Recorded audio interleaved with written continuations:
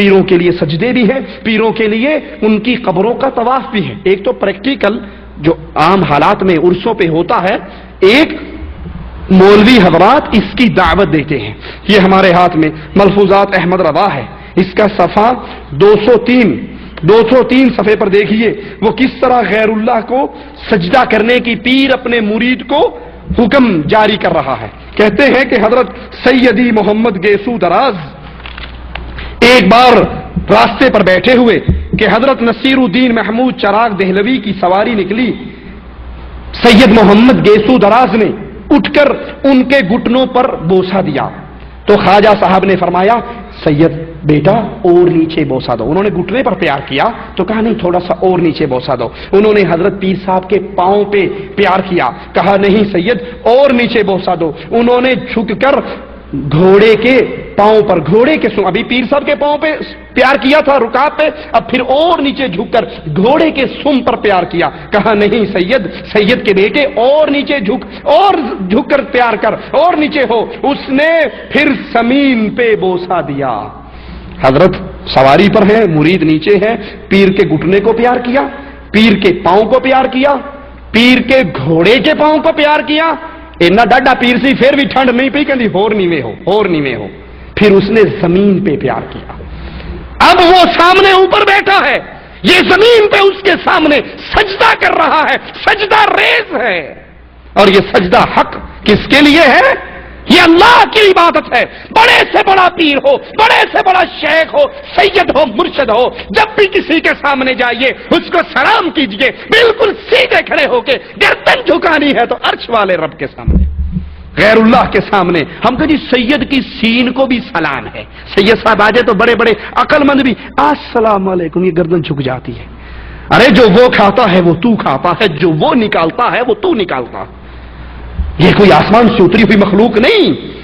جھکنا ہے تو اللہ کے لیے، رکوع، سجدہ، قیام، یہ خالص اللہ کی عبادت ہے، اس میں پیروں اور سیدوں کو شامل نہ کرو۔ حضرت صاحب احمد رضا خان صاحب کہتے ہیں انہوں نے کہا سید اور نیچے، وہ زمین پہ گر گئے اور زمین پہ بوسہ دیا۔ کچھ لوگوں نے اعتراض کیا سید زادے کو زمین پہ گرا دیا، سجدہ کروا دیا۔ سید زادے نے کہا تم نہیں سمجھتے، حضرت نے ان 4 بوسوں میں میرے پیر نے مجھے کیا دیا؟ جب میں نے ان کے گھٹنے پر پیار کیا، زانوے مبارک پر بوسہ دیا، عالم ناسوت میرے سامنے منکشف ہو گیا۔ جب پاؤں پر بوسہ دیا، عالم ملکوت منکشف ہوا۔ جب گھوڑے کے پاؤں پہ پیار کیا، عالم جبروت منکشف ہوا۔ جب زمین پر بوسہ دیا تو عالم لاہوت منکشف ہوا۔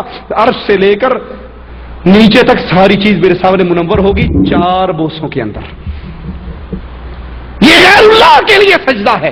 اسی طرح درگاہوں اور درباروں پہ غیر اللہ کے لیے طواف بھی ہو رہا ہے۔ یہی کتاب اس کا صفحہ نمبر 265 ہے۔ 265 صفحے پر وہ بتا رہے ہیں کہ ہمارے پیر صاحب کی قبر کا طواف کرنے والے کس طرح کرتے ہیں، سنیے۔ بھاگلپور سے ایک صاحب ہر سال اجمیر شریف آ کر حاضر ہوتے، ایک مرتبہ وہابی رئیس سے ملاقات ہو گئی۔ اس نے کہا میاں ہر سال کہاں جاتے ہو؟ کہا دربار شریف پہ جاتا ہوں۔ کہا بیکار میں اتنا پیسہ خراب کرتے ہو۔ اس نے کہا تو بھی ایک دفعہ چل کر نظارہ تو لے۔ کہا اچھا۔ یہ وہابی بھی چل پڑا، ساتھ آیا، دیکھا ایک فقیر، سنیے احمد رضا خان صاحب کی کتاب صفحہ 266، کہا ایک فقیر کے ہاتھ میں ڈنڈا اور وہ قبر کا طواف کر رہا۔ طواف کس کا ہوتا ہے جی؟ بیت اللہ کا۔ بیت اللہ کا طواف اللہ کی عبادت ہے، اور قبروں کا طواف اس مردے کی عبادت ہے۔ جو قوم قبروں کا طواف کرتی ہے وہ کبھی عزت نہیں پا سکتی۔ وہ ساری عمر چلے مارتی رہے، وہ ساری عمر کشمیر میں لڑتی رہے، افغانستان میں ہلاک اور برباد ہوتی رہے، وہ جو مرضی کرتی رہے، شرک اکبر رہے گا۔ بیت اللہ میں پیدا ہو، بیت اللہ میں پروان چڑھے، بیت اللہ میں مرے، جنت البقیع میں دفن ہو جائے، قبرستان بقیع میں دفن بھی ہو جائے، جب بھی اٹھے گا سیدھا جہنم کے اندر جائے گا، کیونکہ شرک کی موجودگی میں کوئی عمل قبول نہیں ہوا کرتا۔ بابا جی کی قبر کا طواف ہو رہا، سوٹا اس کے ہاتھ میں، اور آواز کیا لگا رہا؟ کہتا ہے خواجہ غریب نواز 5 روپے لینے ہیں، اسپیشل قسم کا فقیر ہے، 5 روپے لینے ہیں، ایک آدمی سے لینے ہیں، 1 گھنٹے کے اندر اندر لینے ہیں۔ 5 روپے لینے ہیں، ایک آدمی سے لینے ہیں، اور 1 ہی گھنٹے کے اندر لینے ہیں۔ وہ وہاں بھی بیٹھا دیکھتا رہا، جب 1 گھنٹہ گزر گیا، اس نے کہا اب تو وقت گزر گیا،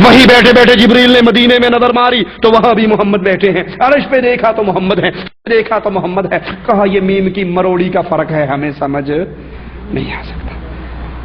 حفاظت قرآن منتظر عباس نقوی شیعہ کی کتاب پنڈی سے شائع ہوئی، وہ لکھتا ہے جب اللہ کے نبی معراج پہ گئے تو جیسے یہ پردہ پڑا ہوا ہے، عرش پہ ایک پردہ پڑا ہوا تھا، اللہ کے نبی نے کہا اللہ یہ پردہ کیسے ہے؟ کہا اسی کے لیے تو یہاں بلایا ہے۔ کہا اللہ ہے کیا؟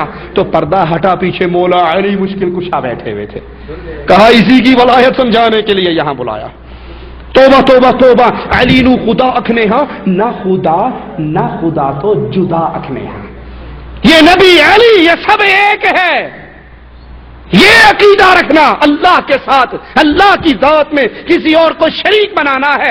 سنیے قرآن حکیم کیا کہتا ہے، تکاد السماوات یتفطرن من وتنشق الارض وتخر الجبال حتى ان دعوا للرحمن ولدا، قریب ہے آسمان پھٹ جائے۔ الصلاۃ والسلام علیک یا نور من نور اللہ، سن کر علی کو خدا کہہ کر، مصطفیٰ کو خدا کہہ کر قریب ہے کہ آسمان پھٹ جائے، زمین ریزہ ریزہ ہو جائے، پہاڑ ذرہ ذرہ ہو جائے۔ ان ظالموں نے اللہ کا بیٹا بنا لیا، ان دعوا للرحمن ولدا، انہوں نے اللہ کا بیٹا بنانے کا دعویٰ کر دیا۔ اسی طرح مالک عز و جل کی ذات کو دنیا کی ہر چیز کے اندر شامل سمجھنا، ہر چیز میں موجود سمجھنا، یہ عقیدہ وحدت الوجود ہے۔ یہ عقیدہ رکھنا بھی شرک ہے۔ جدھر دیکھوں تو ہی تو، ادھر بھی تو ادھر بھی تو، مسجد میں تو۔ وہ مر گیا پاکستان کا ظالم نصرت فتح علی خان، اللہ اس پر جہنم کے عذاب کو شدید کر کر توڑے۔ اس ظالم نے یہ کفر کا عقیدہ اپنی قوالیوں میں بڑا بیان کیا، کہتا ہے جدھر دیکھوں تو ہی تو، ادھر بھی تو ادھر بھی تو، مسجد میں تو، مندر میں تو، میخانے میں تو۔ مسجد میں اللہ کو پوجا جا رہا ہے وہاں تو، مندر میں رام کو پوجا جا رہا ہے وہ تو، شراب خانے میں کو پوجا جا رہا ہے وہ تو، ہاتھ میں آئے تو رام، ہاتھ میں نہ آئے تو رحیم، تو ایک گورکھ دھندا ہے۔ یہ عقیدہ وحدت الوجود کا کہ ہر چیز میں اللہ ہے، ہر چیز کے اندر اللہ موجود ہے، یہ عقیدہ شرک کا عقیدہ ہے۔ اور افسوس کہ یہ عقیدہ بھی آج کلمہ پڑھنے والے، نماز پڑھنے والے، روزہ رکھنے والے، تبلیغ کرنے والے لوگوں کے اندر کثرت سے موجود ہے۔ ناراض نہ ہونا، ہو بھی جاؤ تو چندہ نہیں مانگتا، زیادہ کرو گے دوبارہ نہ بلانا بھائی۔ کہتا ہوں وہی بات، سمجھتا ہوں جسے حق، میں زہر حلال تو کبھی کہہ نہ سکا قنت۔ یہ ہمارے سامنے، ہمارے ہاتھ میں ہے فضائل صدقات، حضرت محمد ذکریہ کاندھلوی صاحب کی، تبلیغی جماعت کے امیر، اس کا صفحہ 558 ہے اور شائع ہوئی ہے یہ کتب خانہ فیضی لاہور سے۔ کہتے ہیں جھوٹا ہوں کچھ نہیں ہوں، تیرا ہی ذل ہے تیرا ہی وجود ہے، میں کیا ہوں کچھ نہیں ہوں، اور جو میں ہوں اے اللہ وہ تو ہے، جو میں ہوں وہ تو ہے، میں اور تو خود شرک در شرک ہے، تو میرا ساجی اور شریک ہے تو میں تیرا ساجی اور شریک ہوں۔ یہ وہ وحدت الوجود کا کفر کا عقیدہ ہے کہ ہر چیز کے اندر اللہ موجود ہے، ہر چیز ہی اللہ ہے۔ یہ ہمارے ہاتھ میں حکیم الامت اشرف علی تھانوی صاحب کی کتاب امداد المشتاق، اس کا صفحہ 101 ہے۔ اس کتاب کو مکتبہ اسلامیہ لاہور نے شائع کیا، صفحہ 101 پر یہی وحدت الوجود کا عقیدہ بیان کرتے ہوئے فرماتے ہیں ایک مواحد سے، جس کو یہ مواحد سمجھتے ہیں۔ مواحد کون ہے؟ جو اللہ کی عبادت میں غیر کو شریک نہ کرے، لیکن یہ مواحد کہتے ہیں مواحد وہ ہے جو ہر چیز میں اللہ مانے۔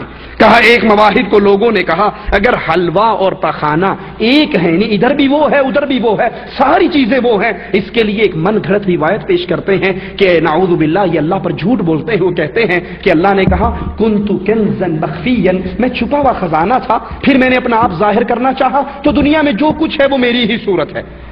کہا ایک مواحد کو کسی نے پوچھا کہ حلوہ اور پخانہ گندگی غلیظ دونوں ایک ہے تو دونوں کو کھاؤ۔